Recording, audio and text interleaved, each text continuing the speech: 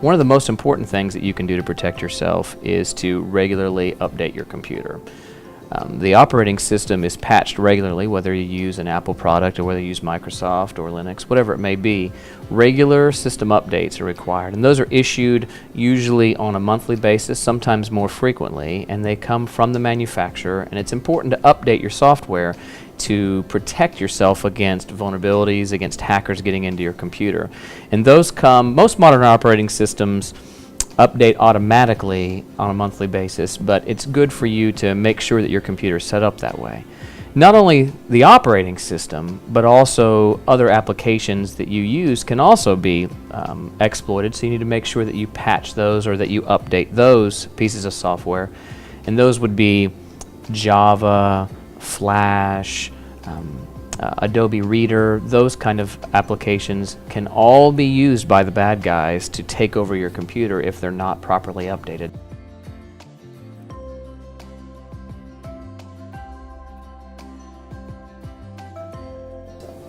Another thing you can do to protect yourself is make sure that your computer has an antivirus program installed on it.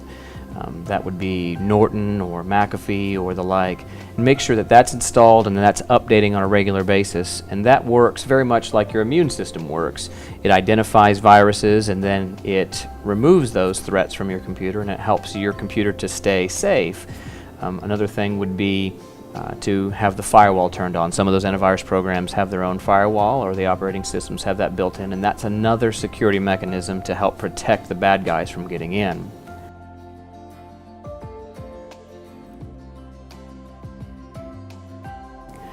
Another way to secure yourself is to make sure that your connection is secure. Oftentimes in our mobile society we'll connect with our phones or our tablets or our laptops, and we have Wi-Fi that's available all over that's free. For instance, at your local coffee shop it may offer free Wi-Fi. That's not something you want to connect to and conduct business where you're giving your credit card, your debit card information, or you're making online purchases and the like, because it's not a secure connection. If there is a bad guy that's there at that same coffee shop, they, with the proper tools, can see everything that you're passing back and forth with that retailer, which would include your passwords and your account numbers and the like. So when you're at home, if you're using Wi-Fi, you should have a password to secure yourself, or you're plugging directly in and you would be secure. But if you're out in public where there's an open free Wi-Fi access, while it's tempting to use that, it also opens you up to a bad guy nearby can see everything that you're passing back and forth.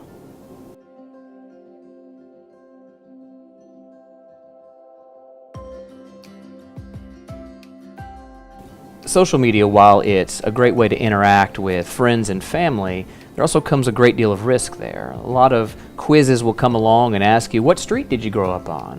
Who was your third grade teacher? And while those are fun to answer, really many of those are geared to try to get security questions out of you so you answer them. And then if you've answered enough of those, what was your mother's maiden name? What street? What city did you grow up in? Those are often answers to security questions that are used across the internet, and those hackers use that to be able to compromise your account. So I wouldn't divulge information on social media that's not necessary. Also, a lot of sites, a lot of social media pages and our websites, they will have links that will say, you won't believe what happened to, and then, or something along those lines, enticing you to click on that link. Well, that link, you don't know where that goes, and that link could be taking you to a website that's going to compromise your computer. So be very cautious what sites that you click on, because you don't know if they're good or bad.